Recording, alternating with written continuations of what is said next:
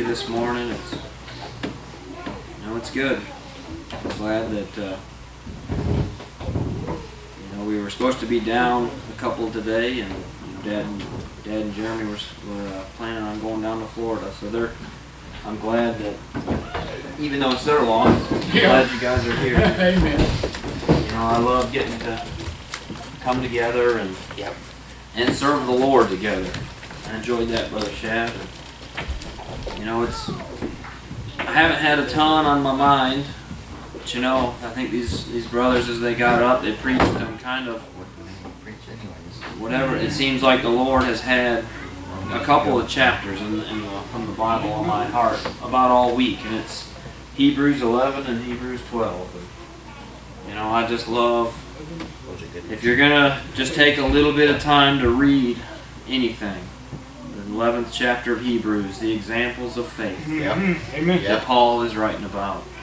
And it's some of the prettiest writing, and if it doesn't get the Spirit stirred up within you, just going all the way down from the beginning of time, and just talking about the Spirit and talking about the promises of things to come and the things that are hoped for. Because, and he just starts out and he defines what faith is. And he says, now faith is the substance of things hoped for. It's the evidence of things not seen. And for by it the elders obtained a good report. It's that faith that holds us today. Because we can't prove to this world the works that God does inside of us, and the things that He does outside of what science and what we can physically prove here in this world. And he began talking a little bit, and just pray for just a few minutes, and maybe the Lord will just take hold and we'll preach for a few minutes, and and if not, then I'll quickly get out of the way here, because I found out a long time ago that this isn't about me here today. I don't need to stand up here for my own benefit. Wow, but there is something, there's a drawing power to the Lord, and I long to be a good and faithful servant here today. And I just hope that I can be just a vessel that He can shine His light through. And he said, by faith Abraham, when he was called to go out into a place which he should after receive for an inheritance, he obeyed, but he went out not knowing where he was going. You see, God, He spoke to Abraham, and He said, go, I have a land that's been promised to you and your family here. And you know what? Abraham, who had a lot of riches in this world, he packed up his whole house, and he said, okay, let's go here. You know what? And he come down into a country, and he was dwelling there.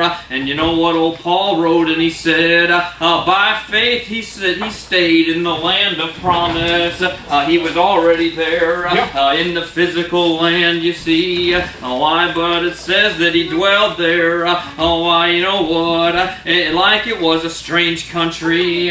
For Abraham wasn't looking at the physical things, was he? It said that he looked for a city which hath foundations, whose builder and maker is God. You know what? And it goes on and on there. You see, because Abraham, he was promised this great promise that your children and your children's children, they receive this kingdom that I'm talking about. You know what? But he says that he died, and his children, and Sarah, and all them that were with him. These all died in faith, not having received the promise, but they could see him far off. They knew, and they were persuaded by that promise. He never had a hold of that thing there. But he held on, and he knew there was something worth fighting for. He could see, my Father and the kingdom that He had set up so far down the road. Why, you know, why, and you can go on down, through Abraham and Isaac and Jacob. You see, and they stayed in this foreign country, why, that they thought was a country. They thought it was the land that God had given them. But then down comes old Joseph, and all the children of Jacob, the children of Israel. And you know what? And then they were jealous of Joseph. God was working a work. The plan of salvation was still in motion. You see, God knew that 2,000 years down the road there would be some that would still need Him. We would be fallen, and there was nothing that I could do to save myself here. They were working a work here, all the way down. And you know, Joseph began to have a lot of dreams, and he began to see many things. He was the youngest son of his brothers there, and they began to get a little jealous because he was dreaming dreams that he was going to rule over them. And they even went to his father Jacob and his mom there, and said, I dreamed a dream that the sun and the moon and 11 stars all bowed down to me. There was 12 of them children. And he said, even his dad looked at him and said, are you saying that me and your mom is going to bow down before you? You know what? And it said his brethren, they were jealous of that thing. But it said Jacob, that he just listened to it. It didn't say he fought him on it. You know, and they took old Joseph.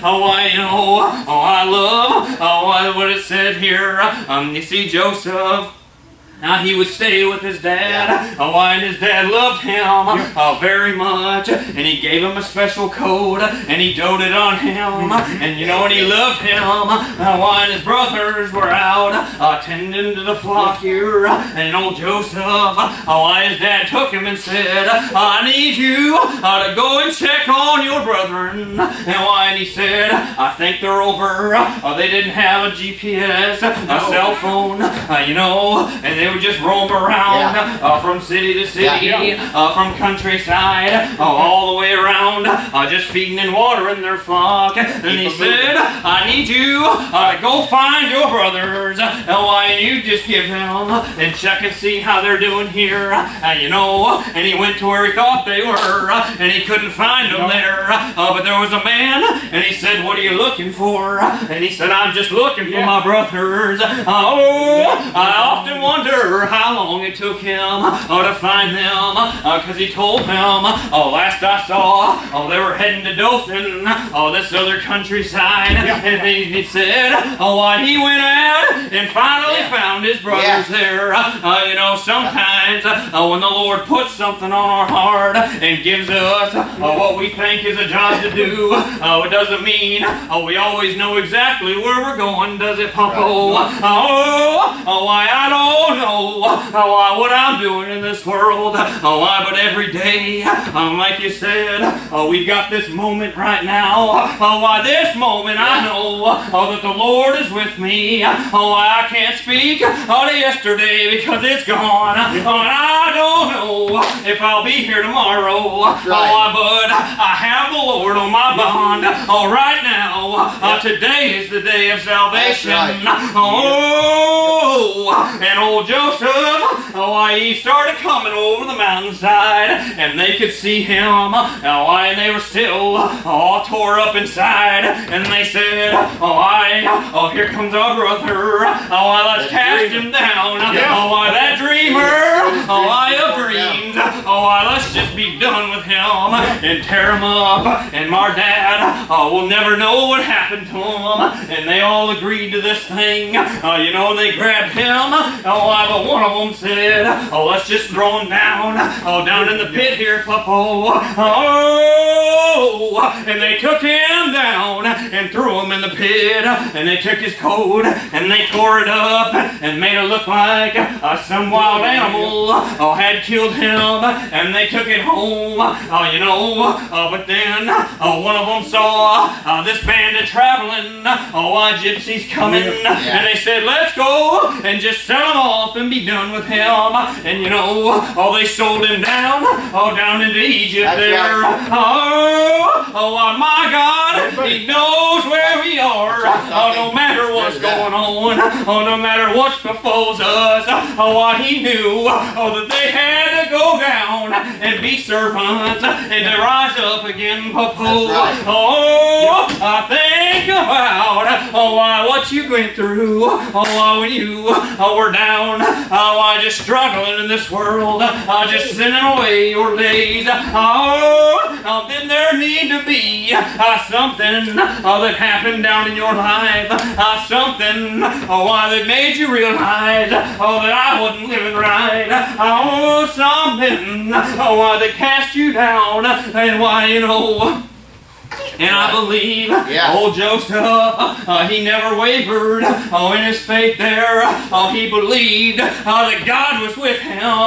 He may not have understood all the dreams that he had and all the thoughts, but he knew that God was with him. You see, and everywhere he went, he was blessed. He would rise and he would fall up and down, whether it was in the house, the soldier there. And he got in trouble, didn't he? Not of his own accord. Right. He didn't have, we can't control the things that others are going to do and say about us, but we can control how we react to things. We are in charge of our own self and our own tongue and the things that we say and do. Let this world gossip about me if it wants to, but I can control how I act. I can either be the things that they're saying about me, or I can keep my eyes up a little higher, like old Joseph did. Twice he went down into the prison for things that people said about him. And the second time he was down there with a couple of Pharaoh servants. He come to them and he told them a little dream. He deciphered their dreams that they had, and one of them, the little butler there, he said, you're going to be restored, and when you do, just remember me down here, and I'd say that butler was very thankful for that, but you know what, at the next feast there, he was raised up, wasn't he? But it said that he forgot all about old Joseph down there, rotting in that dungeon.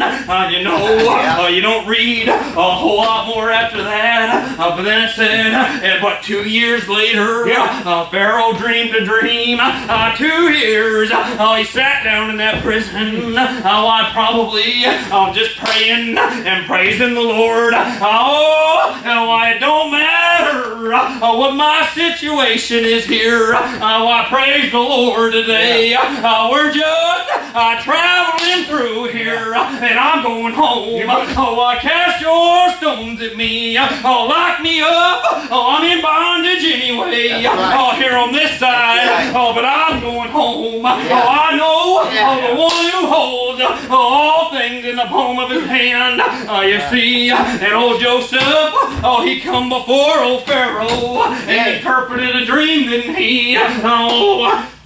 And once again, he was raised up, and he said, everything, that Joseph touched turned to gold, didn't it? The Lord was so strong with him, that eventually, all his family started coming around because of a great drought, and the Lord had been speaking to Joseph and preparing him. I can hear him like the old writer wrote, me being in the way. My father, he led me to the house of my master's brethren. Are you in the way today? Are you just meandering around? Just walking to and fro? Not knowing which way you're going. I know oh, there's only one way to go, and that's forward, and that's up and out of this world. You see, Joseph, he loved his family, no matter what they did to him. He forgave his brothers, even though he was a slave, a servant his whole life. Even though Pharaoh rose him to great power, he wasn't free to leave. He had to stay right there, down to the point that his father Jacob, he died and left this world. And Pharaoh sent a great army to take Joseph, to bury his dad. It said that all of Egypt wept when Jacob died because of what? How much Joseph loved him. But it said they carried him, Jacob, back to his homeland because he wasn't a slave. They took him home and they buried him in the ground there. And it said, but when the service was done, Joseph and all the army had to come back to Egypt. They had to go back to Pharaoh's house. And it wasn't much longer. Old Joseph began to get a little bit older, and he began to see the end of his time coming. Then he went to the children of Israel, didn't he? And he said, my days are numbered, and I'm going to be buried here in Egypt, where I'm a slave. I can't go home today. But he remembered the promise of Abraham and Isaac and his father Jacob. And he said, I know that God will treat you good. I know that God will return Israel. I'm going to be here left behind. So carry my bones. Why would you leave this world and take me home here? I'm telling you, I buried my bones on this side of the grave. When my Father comes, he's going to pick me up and take me home. I'm a slave in this land. I'm bound here, but I'm bound by the cause of Christ. The faith that Joseph had. You see, the very next chapter here is all about running the race. That's right. It's all about old Paul talking about chapter 11. The examples of faith. And though we get downtrodden here in this world, remember those that have come before us. And he said in chapter 12, wherefore, seeing that we are all compassed about with so great a cloud of witnesses, let us lay aside every weight and the sin which doth so easily beset us, and let us run with patience the race that is set before us. Are you looking ahead? That's right. There's a finish line coming to everyone's life here in this world. Look at those that have come before us and how they lived their life, and all those that went down to the grave that didn't have the promise yet fulfilled, but they held on to the end so that we could have everlasting life here. And just run the race. You know what? And it's all about, we're going to sin in this world. We're going to fall flat on our face. And you know what? Even Paul, though he said, my son, despise not thou the chastening of the Lord, nor faint when thou art rebuked of him. For whom the Lord loveth, he chasteneth, and scourgeth every son whom he received. You know what, Papa, and I know you're talking a little bit about that, but he keeps me, he holds me close when things aren't, when a certain thing enters my mind, because I'm not perfect in this world. I'm not physically made. You know what, to feel all the things, to understand the things of Christ. We're not good enough. We're not spiritual enough. And we're going to war here, the flesh with the spirit, while we're on this side of the grave. But you better believe that God is talking to you. and he's whipping you. Oh, and he's keeping you in line here, and he's telling you, oh, you're not living right. Oh, this thing that you did. Oh, but he still loves me more than I can hold her, than I could ever understand. Oh, you see, just like our children running up and down. Oh, why don't you want the best for them here? Don't you want, isn't it your goal that they have a better life than the ones that we have? That they understand the love right here in this world. I don't care about the physical things here, but I know when they heard, when one of them gets hurt at school, or they're offended by somebody, doesn't it just boil up inside and think, well, I'm going to go find their parents and have a little talk with them. Think about how my Lord feels in this world, cast stones at us. I think about when old Stephen was standing there being stoned to death for speaking the truth. And he stood up. I could just see and feel the burning of the Lord. Every time we begin to feel downtrodden in this world, you can feel the fire and you can feel the heat, and that's my Lord and that's His love saying, my love is sufficient. It's enough. It'll get you through this world here. That's right. Look to me and everything will be all right. You brothers can go ahead and sing. Well, I felt awfully blessed here today. Right, well. But you know what? It was by faith that even on his last days, that old Joseph was just thinking about that promise and just thinking about going home. You see, Joseph wrote about it. Airy talked about it. And then Moses, when they come out of Egypt, they carried him with them, didn't they? You see, but that faith, it wasn't done there. It was a seed that was planted, because even old Paul wrote about it in the 11th chapter of Hebrews. When he said, through faith, old Joseph on his last day spoke about his bones and carrying them home. And that seed was planted so that 2,000 years later, it could be a witness to us here today. Why are you planting those seeds today? Are you letting your faith plant the seeds so that 2,000 years, if the world stands that long, that maybe somebody could get a blessing out of it? The church doors are open today. Why, and the Lord, He was the promise that Abraham was looking for. It wasn't the physical world here, but it was Him and that Spirit and the salvation, the Savior of the whole world that He was looking at. And He opened the church door.